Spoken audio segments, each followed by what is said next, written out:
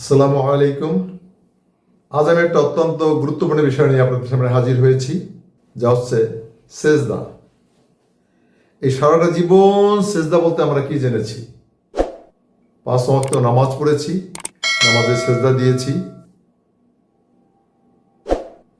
আল্লাহর কাছে সমর্পণ করছি বলে মনে করছি এবং সেজদা দিয়ে বের হয়ে আসছি। কতটুকু ফলো করতে পেরেছি না পেরেছি, নামাজে কি বলেছি না বলেছি, হয়তো আমরা এটা হৃদয়ঙ্গম করতে ব্যর্থ হয়েছি। আমরা আমাদের মতো করে চলেছি। সেজদা, জীবনটা পার করে দিলাম এই সেজদার উপরে। সম্প্রতি আমার স্ত্রী আমাকে একটা কোশ্চেন করেছে, যে কোশ্চেনটা আমার জীবনে সারা জীবনে আমার হৃদয়ে আমি পোষণ করেছি, কিন্তু কোশ্চেনটা করতে আমিও সাহস পাইনি। আমার স্ত্রী কোশ্চেন করেছেন যে আমরা সেজদা দিচ্ছি মাটিতে, সনাতন ধর্মাবলম্বী মানুষগুলো সেজদা দিচ্ছে মাটিতে, পার্থক্যটা কোথায়? তো আমি খুব স্ট্রেইট কাট অ্যান্সার দিয়েছি, পার্থক্য কোথায়? তারা সেজদা দিচ্ছে তাদের বানানো মূর্তি সামনে রেখে, আমরা সেজদা দিচ্ছি আল্লাহর ঘর কাবার দিকে কেবলামুখী হয়ে। পরবর্তী কোশ্চেনটাই এসে যায় যে আমরা কেবলামুখী হয়ে দিয়েছি, কেবলা আমাদের সামনে নেই অথবা আছে। আমরা কেবলার মালিকের উপস্থিতি অনুধাবন করে আমরা সেজদা দিয়েছি। সনাতন ধর্মাবলম্বীরাও যদি তাদের মূর্তিগুলোকে সামনে রেখে এক স্রষ্টায় বিশ্বাস করে তারা সেজদা দিয়ে থাকে, তাহলে ডিফারেন্সটা কতখানি? একটু ন্যারো চিন্তার অবকাশ এখানে থেকে যায় কিনা? আসলে আমরা সেজদা দিচ্ছি কাকে? আমরা আল্লাহকে সেজদা দিচ্ছি। আল্লাহ কি আমাদের সামনে আছেন? Answer is no. কাবাকে সেজদা দিচ্ছি, কাবাকে সামনে রেখে। আমরা কি কাবা শরীফকে সামনে রেখে সেজদা দিতে পারছি? Answer is again no. তাহলে হচ্ছেটা কি? এই দ্বন্দ্ব সংঘাত সারাটা জীবনে এই মনের মধ্যে লুকায়িত ছিল। সম্প্রতি যে ভিডিওটা পেয়েছি, যা আমি আপনাদের সাথে শেয়ার করতে চলেছি, একটু হলেও নাড়া দিতে পেরেছে। তিনি সেজদার যে সংজ্ঞা দিয়েছেন তা হচ্ছে, কারণ তিনি ব্যাখ্যা দিয়েছেন যে আমরা অদৃশ্য শক্তিকে সেজদা দিচ্ছি, আল্লাহকে তো দেখছি না। তিনি সেজদার যে ব্যাখ্যা দিয়েছেন তা হচ্ছে অদৃশ্য শক্তিকে সেজদা দেওয়া বা তার প্রতি অবনত হওয়া, অদৃশ্য অন্তর দিয়ে। আমরা অন্তরকেও তো দেখছি না, সো অদৃশ্য অন্তরের সান্নিধ্য বা অবনত হওয়া অদৃশ্য শক্তির কাছে, যা হচ্ছে সেজদা। এই সেজদার জন্য কোনো দিন ক্ষণ সময় নির্দিষ্ট নেই, কতবার প্রতিদিন সেজদা দিতে হবে নির্দিষ্ট নেই, এক সময় কতটা সেজদা দিতে হবে নির্দিষ্ট নেই। এই ভিডিওর দাবি অনুযায়ী সেজদা হচ্ছে একবার। অদৃশ্য অন্তরাত্মা অদৃশ্য শক্তির কাছে নিজেকে সমর্পণ করবে, সেজদা দিবে। এবং সেজদা দেওয়া মানে হচ্ছে অদৃশ্য শক্তি যে নির্দেশনা, যে নির্দেশ দিবে তাকে পুরোপুরি মেনে নিয়েছি এবং সেটা কর্মের মাধ্যমে প্রকাশ করেছি। পুরোপুরি কি মেনে নিয়েছি? সত্য কথা বলবো, সত্য চিন্তা করব, সৎ জীবনযাপন করব, সৎ সাক্ষী দিব, সত্যের সাথে মিথ্যা কখনো মিশ্রিত করব না, কারো অকল্যাণ কামনা করব না, পরনিন্দা পরচর্চা গীবত করব না, কারো সম্মানহানি হয় এমন কাজ করব না, সবাইকে সাধ্যমতো উপকার করব, নেক কাজ করব, উদার হস্তে মানুষকে যার প্রয়োজন তাদেরকে দান করব, বাবা মায়ের খেদমত করব, অসুস্থের সেবা করব, বাবা মা আত্মীয় স্বজন এতিম মিসকিন পথচারী সাহায্য প্রার্থী দাস মুক্তি নেই, কিন্তু যিনি জেলে অন্যায়ভাবে জেল বরণ করছেন তাকে মুক্ত করব, ঋণদাতাকে ঋণ থেকে মুক্ত করব, যুদ্ধ বিগ্রহ সুখ দুঃখ সর্বাবস্থায় ধৈর্য ধারণ করব, কাউকে ওয়াদা দিলে ওয়াদা পরিপূর্ণভাবে রক্ষা করব এবং সবার প্রতি বিনয়ী হব। আমি সুন্দর মতো বোঝাতে পারলাম না। যে ভিডিওটা আমি শেয়ার করছি আপনারা একটু ভালো করে চিন্তা করে দেখবেন, নিজে চেষ্টা করবেন উনি কি বুঝছেন, কি বুঝিয়েছেন তা বুঝতে। এবং আমি দোয়া করছি আল্লাহ পাক আমাদের সবাইকে তা বুঝার তৌফিক দান করুন। তাহলেই হয়তো সেজদার পরিপূর্ণ এবং বাস্তবসম্মত যে চেতনা আমরা হয়তো সেটা বুঝতে পারবো। মাঝে মাঝে চিন্তা হয় সারা জীবন যা করলাম তার জন্য কি হতাশ হব, নাকি এই বয়সে এসে রব্বুল আলামিন তার প্রতি নত হওয়ার যে সেজদা তিনি শিখিয়েছেন কারো একজন মাধ্যমে, আমি তার প্রতি কৃতজ্ঞ, শিখিয়েছেন সেটাকে ধারণ করে সে মতে সেজদায় অবনত হব। আল্লাহ আমাদের সবাইকে হেফাজত করুন। ভিডিওটি শেষ পর্যন্ত দেখতে থাকুন এবং সবাই এর দ্বারা উপকৃত হই। সবাই সুস্থ থাকুন। আল্লাহ হাফেজ। আসসালামু আলাইকুম ওয়া রাহমাতুল্লাহি ওয়া বারাকাতুহু। আল্লাহ তাআলা বললেন, এই মহাজগতের যা কিছু সৃষ্টি অর্থাৎ গ্রহ নক্ষত্র চন্দ্র সূর্য গাছপালা পশু পাখি জীবজন্তু এবং মানুষের মধ্যে কেউ কেউ আল্লাহকে সেজদা করে, আল্লাহর তাসবিহ করে, সর্বদা তারা সেজদায় রত। আবার বললেন যে আল্লাহ ছাড়া আর কাউকে সেজদা দেওয়া যাবে না। যদি আল্লাহ ছাড়া অন্য কাউকে সেজদা দেওয়া হয় তাহলে সেটা শিরক করা হয়। তো এইখানে কয়েকটা বিষয় খুব স্পষ্টভাবে উঠে দাঁড়ায়। সেটা হচ্ছে, এক হচ্ছে সেজদা, সেজদাটা কি। দুই হচ্ছে আল্লাহ ছাড়া অন্য কাউকে সেজদা দেওয়া যাবে না, অন্য কারোর কাছে আত্মসমর্পণ করা যাবে না। তাহলে আল্লাহ তাআলা ঘোষণা দিলেন যে আমি আদমের মধ্যে রূহ ফুৎকার করার পরে সকল ফেরেশতাদেরকে সেজদা দিতে বললাম এবং সকলেই সেজদা দিল একমাত্র আজাজিল ছাড়া। সে সেজদা না দিয়ে সে অহংকারীদের অন্তর্ভুক্ত হয়ে গেল, সে অস্বীকারীর অন্তর্ভুক্ত হয়ে গেল এবং সে বিতাড়িত হলো। তো প্রশ্ন জাগে এখানে যে আল্লাহ যখন বলছেন যে আল্লাহ ছাড়া কাউকে সেজদা দেওয়া যাবে না, সেই আল্লাহ আবার কেন আদমকে সেজদা দিতে বললেন? তাহলে আদমকে যদি সেজদা দিতে বলেন তাহলে আদম আর আল্লাহ দুই আলাদা নয়? আপনাদের হিসাবেই তো আদম হচ্ছে আল্লাহর সৃষ্টি আর আল্লাহ হচ্ছে স্রষ্টা। তো স্রষ্টা বলছেন স্রষ্টা ছাড়া আর কাউকে সেজদা দেওয়া যাবে না, আবার সেই স্রষ্টাই বললেন আদমকে সেজদা দাও। এখন আপনারা বলবেন যে সেজদা তো দিতে বলেছিলেন ফেরেশতাদেরকে, ফেরেশতাদেরকেই বা কেন বলবেন যখন ফেরেশতারা সকলেই আল্লাহর সেজদায় নিয়োজিত? তাহলে এখানে একটা প্রশ্ন জাগে না যে আদমকে কেন তাহলে সেজদা দিতে বলা হলো? দুই হচ্ছে সেজদাটা কি?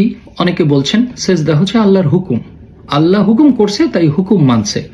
ভালো কথা, সেখানে কোনো সন্দেহ নাই, আল্লাহর হুকুম করেছে, আল্লাহর হুকুম মানতেই হবে নির্দ্বিধায়। তো আল্লাহ এই হুকুমটা কেন করলেন? সাংঘর্ষিক।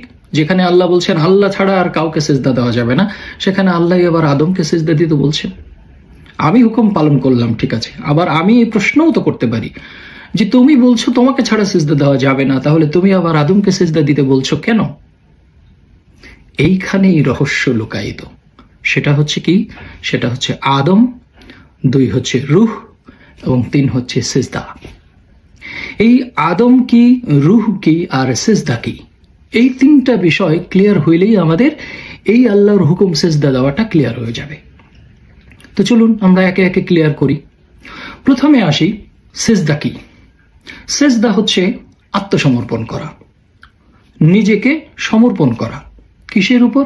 আল্লাহর ইচ্ছার উপর, আল্লাহর স্বভাবের উপর, আল্লাহর হুকুমের উপর। এখন আল্লাহর হুকুম কি? আল্লাহর হুকুম কি মাটিতে উপড়ে হওয়া? আল্লাহর হুকুম কি কোনো গাছ পশু জীবজন্তু পাথর আগুন বাতাস পানি কিংবা মানুষের সামনে উপুড় হওয়া নয়, আল্লাহর হুকুম, আল্লাহর সামনে উপুড় হওয়া। এখন আল্লাহ কোথায়? আল্লাহকে তো আপনি দেখতে পান না, আল্লাহ নিরাকার, কিন্তু আল্লাহ যে সাকার সেটা কিন্তু আপনারা ব্যাখ্যা করতে পারেন না বা সেই চিন্তাও করেন না। আপনারা ধরেই নিয়েছেন আল্লাহ নিরাকার, আল্লাহকে দেখা যায় না। যদিও আল্লাহ বলেছেন যে আল্লাহ নিজ হাতে আদমকে গড়েছেন, তারপরে তিনি দেখেন, তিনি শোনেন, তিনি অবস্থান করেন, তিনি বসেন, তিনি ধরেন। তাহলে এই যে ধরা, বসা, দেখা সবকিছুই তো একটা আকৃতি বোঝায়। তাহলে সেই আকৃতিটা আবার কি? আবার আপনি যদি আল্লাহকে কোনো আকৃতিতে সাজান, সেটা মানুষ হোক, গাছ হোক, জীবজন্তু হোক, যে কোনো আকৃতিতে আপনি যদি আল্লাহকে কল্পনা করেন, তাহলে তো আল্লাহকে একটা সীমা রেখায় সীমাবদ্ধ করে ফেলা হয়। কিন্তু আল্লাহ তো অসীম। তাহলে আপনি আল্লাহকে কিভাবে পাচ্ছেন? আপনি যখন বলছেন যে আমি আল্লাহ ছাড়া আর কাউকে সেজদা করব না, বলে আপনি মাটিতে সেজদা দিচ্ছেন, তাহলে মাটি কি আল্লাহ? নাকি আপনি অদৃশ্যভাবে আল্লাহকে দেখছেন? তো যদি অদৃশ্যভাবে আল্লাহকে দেখেন, তাহলে আপনার সেজদাটাও তো হওয়া উচিত অদৃশ্য। কারণ আপনি যখন আপনার দৈহিক গঠন নিয়ে, দৈহিক আকার নিয়ে আপনি সেজদায় যান, তখন নিশ্চয়ই আপনার সামনে এই দৈহিক অবকাঠামোর কিছু থাকতে হবে। তা না হলে আপনি কাকে সেজদা দিচ্ছেন? যদি আল্লাহকে সেজদা দেন, তাহলে সেই সেজদা তো দেহের নয়, অদৃশ্য শক্তিকে অদৃশ্য শক্তি দিয়েই সেজদা দিতে হবে। অর্থাৎ আপনার নফস, আপনার প্রাণ, আপনার অন্তর, এটা দেখা যায় না, এটাই সেজদা দিবে আল্লাহকে, অদৃশ্য আল্লাহকে। কেন? কারণ তিনি সর্বশক্তিমান, তিনি সবকিছুর স্রষ্টা, তিনি সবকিছুর লালনকর্তা, তিনি সবকিছুর পালনকর্তা, তিনি সবকিছুর সুযোগ সুবিধা অর্থাৎ রিজিকদাতা, এবং তিনি হরণকর্তা। তাহলে সবকিছুই যেহেতু তিনি, এই কারণেই তাকে সিজদা দিব। সেই সিজদাটাকে তার কাছে মাথা নত করব, তার আনুগত্যের বাইরে যাব না, তার হুকুমের বাইরে যাব না, এর মানে হচ্ছে সেজদা। তো সেই সেজদাটা আপনি অদৃশ্যের প্রতি দিচ্ছেন অদৃশ্য অন্তর দিয়ে। এজন্য এই দেহ এখানে মুখ্য বিষয় নয়। আপনি যখনই দৈহিক আকার নিয়ে সিজদা দিতে যাচ্ছেন, তখন আপনি মাটিতে দিচ্ছেন, পাটিতে দিচ্ছেন, জায়নামাজে দিচ্ছেন, কার্পেটে দিচ্ছেন, ঘাসের উপরে দিচ্ছেন, তার মানে কোনো না কোনো একটা কাঠামোর উপরেই আপনি সিজদা দিচ্ছেন। তাহলে আল্লাহ তো ঘাস নয়, আল্লাহ তো জায়নামাজ নয়, আল্লাহ তো মাটি নয়। তাহলে আপনি সিজদাটা দিলেন কোথায়? তাহলে আপনি আল্লাহকে না দেখেই যখন মাটিতে সেজদা দিলেন, তখনও তো আপনি আল্লাহর বাইরে মাটিকেই সেজদা দিচ্ছেন। তাহলে আপনি শিরক করছেন না? তাহলে এখানে শিক্ষার বিষয়টা কি? শিক্ষার বিষয় হচ্ছে যে আপনি সেজদা দিচ্ছেন আল্লাহর শক্তির কাছে, আল্লাহর হুকুমের কাছে, আল্লাহর আদেশের কাছে। সেই আদেশের কাছে সেজদা দিবে কে? তার আরেক আদেশ, তার আরেক সৃষ্টি অন্তর। অন্তর সেজদা দিবে স্রষ্টার হুকুমের উপর।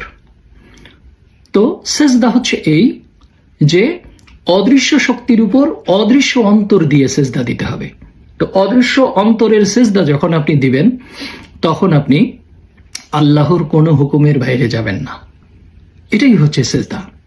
তাহলে আমি যদি একবার হুকুমের উপর সেজদা দেই, সেটাকে আমাকে উক্ত হিসাব করে দিতে হবে? সেটাকে আমাকে গুনে গুনে দিতে হবে? সেটাকে আমাকে টাইম টু টাইম ভাগ ভাগ করে দিতে হবে?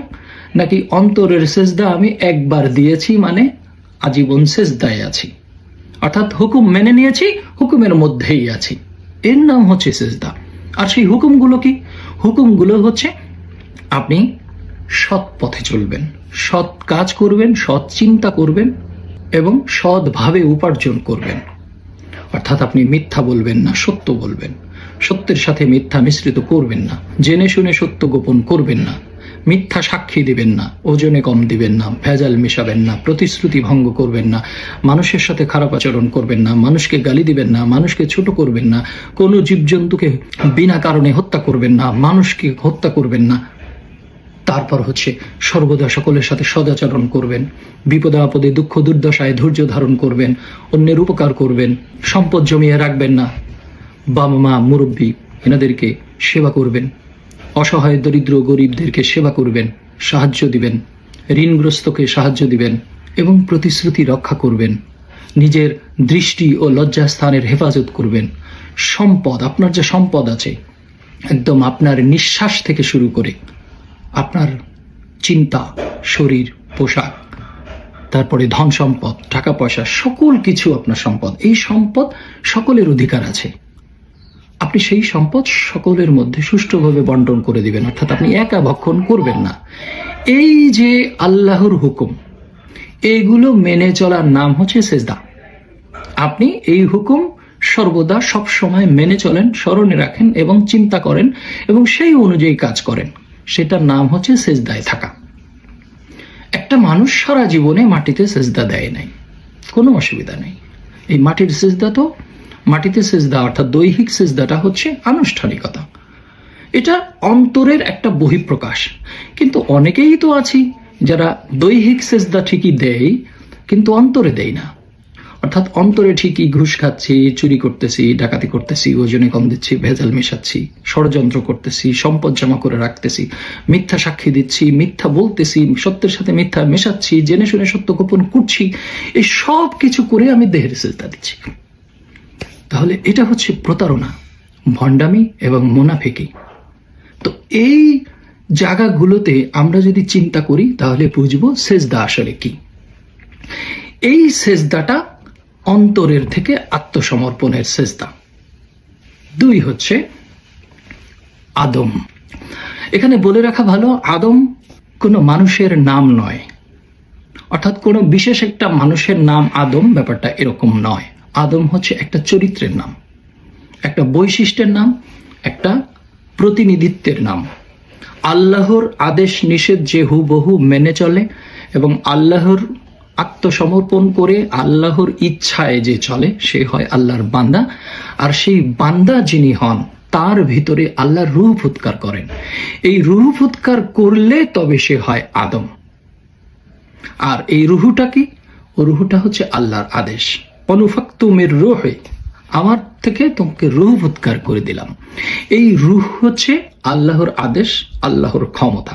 আল্লাহ বলছেন রুহু সম্পর্কে তোমাদেরকে খুব সামান্য জ্ঞানই দেওয়া হয়েছে। এটা বলেন নাই যে রুহু সম্পর্কে কোনো জ্ঞান দেওয়া হয় নাই, বরং বলেছেন সামান্য জ্ঞান দেওয়া হয়েছে। তার মানে আপনি যদি চিন্তাশীল হন, ঘাটাঘাটি করেন, তাহলে রুহু সম্পর্কে আপনি জ্ঞান অর্জন করতে পারবেন, সেই জ্ঞান দেওয়া হয়েছে। কোরআনুল মাজিদে রুহু সম্পর্কে 21টা আয়াত আছে। এই 21টা আয়াত যদি আপনারা ঘাটাঘাটি করেন, আর নফস সম্পর্কে 250টার উপরে আয়াত আছে, সেটা নিয়ে ঘাটাঘাটি করেন, পার্থক্য দেখার চেষ্টা করেন, সেখানে আপনারা পার্থক্য বুঝতে পারবেন যে রুহ কি আর নফস কি। আমরা এই রুহু আর নফসকে গুলাই ফেলি এবং অনেক স্কলার মাওলানাদের বলতে শুনি যে রুহু আর নফসের মধ্যে খুব একটা পার্থক্য নাই, একই জিনিস। এরা তো আহম্মক, এরা ওই যে সিলেবাস ভিত্তিক কিছু হাদিস মুখস্থ করেছে, কোরআন ঘাটে নাই, যার জন্য এরা এটা বুঝে না। নফসকে আল্লাহ অনেকগুলো ভাগে ভাগ করেছেন, কিন্তু রুহুকে কোনো ভাগ করেন নাই। রুহু আদেশ, হুকুম। রুহু ফুৎকার করলেন ঈসা আলাইহিস সালামের মধ্যে, রুহু ফুৎকার করলেন আদম আলাইহিস সালামের মধ্যে, রুহু ফুৎকার করলেন নবী রসুলগণের মধ্যে, এবং রুহু ফুৎকার করেন তাকে যাকে খুশি তাকে। এবং এই খুশিটাও আল্লাহ যার তার উপর ইচ্ছা করলেই হয়ে যান না, খুশিটা সেই নিয়মের মধ্যে থেকেই হন। অর্থাৎ আপনি যদি আল্লাহর হুকুম মেনে আল্লাহর সামনে একদম খান্নাস মুক্ত হয়ে আত্মসমর্পণ করে একদম মুত্তাকি বা পবিত্র মুমিন হন, তখন আপনার ভিতর আল্লাহ ইচ্ছা করেন রুহু ফুৎকার করতে। আর এই রুহু ফুৎকার করা মাত্রই তাকে সেজদার হুকুম দেওয়া হয়। তাহলে সেজদাটা আসলে কাকে? রুহুকে। আর রুহুকে আল্লাহর ইচ্ছা, আল্লাহর আদেশ, তার মানে আল্লাহ নিজে। সেই আল্লাহর যে জাত রূপ, সেই রূপটার প্রকাশই হচ্ছে রুহু। আর সেই রুহুটা প্রকাশ পায় শুধুমাত্র মানুষ এবং জিনের কলবে। অন্য কোনো প্রাণীর মধ্যে রুহু ফুৎকার করা হয় না। অন্য সকল প্রাণীর মধ্যে নফস থাকে। এই নফসের আবার অনেক প্রকার, যেমন নফসে আম্মারা, নফসে লাওয়ামা, নফসে মুলহেমা, নফসে মুতমাইন্না, নফসে রহমানি। এই যে ভাগগুলো, এই ভাগগুলোর স্তর আছে। এই স্তর অনুযায়ী ধাপে ধাপে অতিক্রম করে সে এই রুহুর প্রাপ্ত হয়। তো এই রুহুকে সেজদা করতে বললেন আল্লাহ। আদমকে সেজদা করো মানে রুহুকে সেজদা করো। আর আদমকে আমরা এটাও ভুল জানি যে আদম পৃথিবীর প্রথম মানুষ। আল্লাহ কোথাও বলেন নাই যে প্রথম মানুষ আদম। বলেছেন আমি প্রতিনিধি পাঠাতে চাই। এই প্রতিনিধি হচ্ছে যে আল্লাহর দাসত্ব করে, আল্লাহর বান্দা, আল্লাহর হুকুম মেনে চলে এবং আল্লাহকে ধারণ করে, সেই হচ্ছে প্রতিনিধি। আর প্রতিনিধি কখনো আল্লাহর হুকুমের বাইরে যেতে পারে না, সে তাই প্রতিনিধিত্ব করে যা দায়িত্বপ্রাপ্ত হয়। তো সেই দায়িত্বপ্রাপ্ত ব্যক্তি হচ্ছে আদম। তো সেই দায়িত্বপ্রাপ্ত ব্যক্তি মানুষের মধ্য থেকে প্রতিনিধিত্ব পায়। আপনিও আদম হতে পারেন যদি আপনি দাস হতে পারেন, প্রতিনিধিত্ব অর্জন করতে পারেন। তো আদম পৃথিবীর প্রথম মানুষ নয়, আরো আপনারা যদি বাস্তবভাবে মেলাতে চান সেটাও মেলাতে পারেন। কারণ হচ্ছে যে আমরা যে আদমের গল্প জানি সেটা আজ থেকে 8,500, 9,000 বা 10,000 বছর আগের মানুষ। কিন্তু পৃথিবীতে মানুষের ইতিহাস লক্ষ লক্ষ বছর আগের। এমনকি 50-60 লক্ষ বছর আগেরও মানুষের ফসিল পাওয়া যায়, মানুষের বসবাসের নমুনা পাওয়া যায়, চলাফেরার নমুনা পাওয়া যায়, তারা যে সরঞ্জামাদি ব্যবহার করত সেটার নমুনা পাওয়া যায়। তো এই মানুষ লক্ষ লক্ষ বছর আগ থেকে আছে, কিন্তু সেই মানুষের মধ্যেই আল্লাহ প্রতিনিধি পাঠাতে মনস্থির করলেন, যার জন্যই তিনি বললেন ওয়াইজ ক্বালা রাব্বুকা লিল মালাইকাতি ইন্নী জাইলুন ফিল আরদি খলিফা। আমি ফেরেশতাদের ডেকে বললাম যে আমি মানুষ প্রতিনিধি পাঠাতে চাই। তখন ফেরেশতারা বলেছিল কি দরকার, তারা মারামারি কাটাকাটি করবে, আমরাই তো ভালো আছি, তাই না? এই গল্প তো আমরা জানি। তো এই যে কোরআনে বর্ণনা হয়েছে, তারপরে ফেরেশতারা জানে যে তারা মারামারি কাটাকাটি করবে বা করছে। কারা? ওই মানুষ। সেই মানুষের মধ্যে আল্লাহ বললেন আমি প্রতিনিধি পাঠাবো। যাই হোক, এটা ভিন্ন চ্যাপ্টার। এই আদম প্রথম মানুষ নয়, এটা নিয়ে আমি অনেক আগে একটা ভিডিও দিয়েছিলাম, সেটা নিয়ে অনেক বিতর্ক হয়েছে, কিন্তু কেউ আসলে এই গোড়ায় যেতে চান না। ওই যে মুখস্থ শুনে আসছেন, কিন্তু এইটা চিন্তা করেন না যে আদম 10,000 বছর আগের মানুষ। যদি আমরা আদমকে বাহ্যিক একটা মানব রূপে চিন্তা করি, যদিও আদম কোনো মানুষের নাম নয়, আদম একটা চরিত্রের নাম। আর পৃথিবীতে মানুষের ইতিহাস, মানুষের অস্তিত্ব পাওয়া যায় লক্ষ লক্ষ বছর আগে, সেটাকে অস্বীকার করার কোনো সুযোগ নাই। আচ্ছা, এবার আসি, সেজদা গেল, আদম গেল এবং রুহু গেল, এই সবগুলোর সমন্বয়ই হচ্ছে এই সেজদার বিষয়টা। যে আপনি যখন সেজদা দিচ্ছেন তখন আপনি হুকুমের উপর সেজদা দিচ্ছেন। কার হুকুম? আল্লাহর হুকুম। কোথায়? আদমকে। এই আদমকে সেজদা দেওয়া ছাড়া আল্লাহ আর কাউকে সেজদা দেওয়ার হুকুম করেন নাই। তাহলে আপনি সেজদাও দিচ্ছেন অন্তর থেকে, আবার সেজদা দিচ্ছেনও আদমকে। আদমকে মানে আদমের ভেতরে রুহুকে, আর রুহু মানে আল্লাহ। তাহলে আলটিমেটলি আপনি যখন সেজদা দিচ্ছেন আপনি আল্লাহকে সেজদা দিচ্ছেন। এখন সেই আল্লাহর রুহু প্রাপ্ত সে তো কোনো মুমিন ব্যক্তি হতে পারেন, কোনো পীর হতে পারেন, কোনো আউলিয়া হতে পারেন, রসুল হতে পারেন, নবী হতে পারেন, আদম হতে পারেন। আপনি সেজদা দিচ্ছেন রুহুকে, আপনি সেজদা দিচ্ছেন আল্লাহকে, অর্থাৎ আল্লাহর হুকুমের উপর। এখন যে প্রতিনিধিত্ব করে সে তো আল্লাহর প্রতিনিধিত্ব করে। আপনি যখন মান্য করবেন আল্লাহর প্রতিনিধিত্বকেই মান্য করছেন। আমি যদি কোনো পীরের সামনে সেজদা দেই, তার মানে আমি ওই পীর ব্যক্তিকে সেজদা দিচ্ছি না, আমি সেজদা দিচ্ছি ওই পীর আল্লাহর প্রতিনিধিত্ব করছে, আল্লাহর হুকুমের কথা বলছে, আল্লাহকে মান্য করো, আল্লাহর হুকুমের বাইরে যেও না। এই প্রতিনিধিত্ব যে করছে, আমি সেই প্রতিনিধিত্বের উপরে, সেই হুকুমের উপরে সেজদা দিচ্ছি। আবার আপনি চাইলে এই দৈহিক সেজদা নাও দিতে পারেন। একজন পীরের সামনে আপনি দেহের সেজদা দিবেন না দিবেন এটা মুখ্য বিষয় নয়, আপনি অন্তর থেকে আল্লাহর হুকুম মেনে চলছেন কিনা সেটাই হচ্ছে সেজদা। আল্লাহ আপনার দেহ দেখবেন না, আল্লাহ দেখবেন অন্তর। আমি অন্তর থেকে সেজদা দিয়েছি, আমার দৈহিক সেজদা মুখ্য নয়। অনেকে তো হাত পায় নাই, সে সেজদা দিবে কি করে? আবার সেজদাটা দেবে কোথায়? মাটিতে। মাটিতে তো আল্লাহ সেজদা দিতে বলেন নাই, পাটিতে সেজদা দিতে বলেন নাই, পূর্ব পশ্চিম উত্তর দক্ষিণ কোনো দিকে সেজদা দিতে বলেন নাই। সেজদা দিতে বলেছেন আদমকে, সেজদা দিতে বলেছেন যখনই রুহু ফুৎকার করা হবে তখন রুহকে। আবার অনেকে এর মধ্যে নিয়ে আসবেন কাবাঘর। কাবাঘরকে আপনি সেজদা দিবেন কেন? কাবাঘর কি আল্লাহ? ওই ঘরের ভেতর কি আল্লাহ থাকে? ওই ঘর কি আল্লাহ বানাইছে? এই যে ইন্না আউওয়ালা বাইতি উদিয়া লিন্নাসি, মানুষের জন্য নির্মিত প্রথম ঘর, যেটা আমি একটা পোস্ট দিয়েছি, এটার বিস্তারিত ভিডিও আমি দেব খুব শীঘ্রই। যদিও একসাথে পুরোটা বর্ণনা করা সম্ভব হবে না, অনেক বড় হয়ে যাবে, আমি পাট পাট করে দিব। সেটা হচ্ছে কি, প্রথম ঘর কি, মানুষের জন্য নির্মিত, যেই ঘরের মধ্যে গেলে মানুষ নিরাপদ থাকে, ঘরের বাইরে থাকলে নিরাপদ নয়, যেই ঘরের মধ্যে মাকাম ইব্রাহিম আছে এবং যেই ঘর বরকতময়। তো এই যে বিষয়গুলো, প্রথম ঘর, মানুষের জন্য নির্মিত নিরাপদ ঘর, যে ঘরের মধ্যে মাকাম ইব্রাহিম, আয়াতুম বাইয়িনাতুম, অর্থাৎ আয়াতগুলো সুস্পষ্টভাবে সেখানে রয়েছে। তো বাস্তব যেই কাবা ঘর, সেই ঘর প্রথম ঘর নয়। 2 হচ্ছে সেই ঘরের মধ্যে মাকাম ইব্রাহিম নাই। 3 হচ্ছে সেই ঘরের মধ্যে সুস্পষ্ট আয়াতগুলোও নাই। 4 হচ্ছে সেই ঘরের মধ্যে গেলে নিরাপদ, সেই ঘরের মধ্যে সবাই যেতে পারে না, সবাই যায়ও না, আর সবাই যারা ঘরের বাইরে আছে তারা অনিরাপদও নয়। তাহলে এই যে বিষয়গুলো, সেই বিষয়গুলোর বিস্তারিত ব্যাখ্যা আমি করব, তার আগে আপনারা চিন্তা করতে থাকুন। তো আজকের আলোচনায় আশা করি আপনারা বুঝতে পেরেছেন যে রূহ কি, আদম কি এবং সেজদা কি। পরবর্তীতে আমি সেজদা সম্পর্কে বিস্তারিত একটা ভিডিও বানাবো এবং রূহ এবং নফসের পার্থক্য নিয়েও একটা বিস্তারিত ভিডিও বানাবো ইনশাল্লাহ। ধন্যবাদ।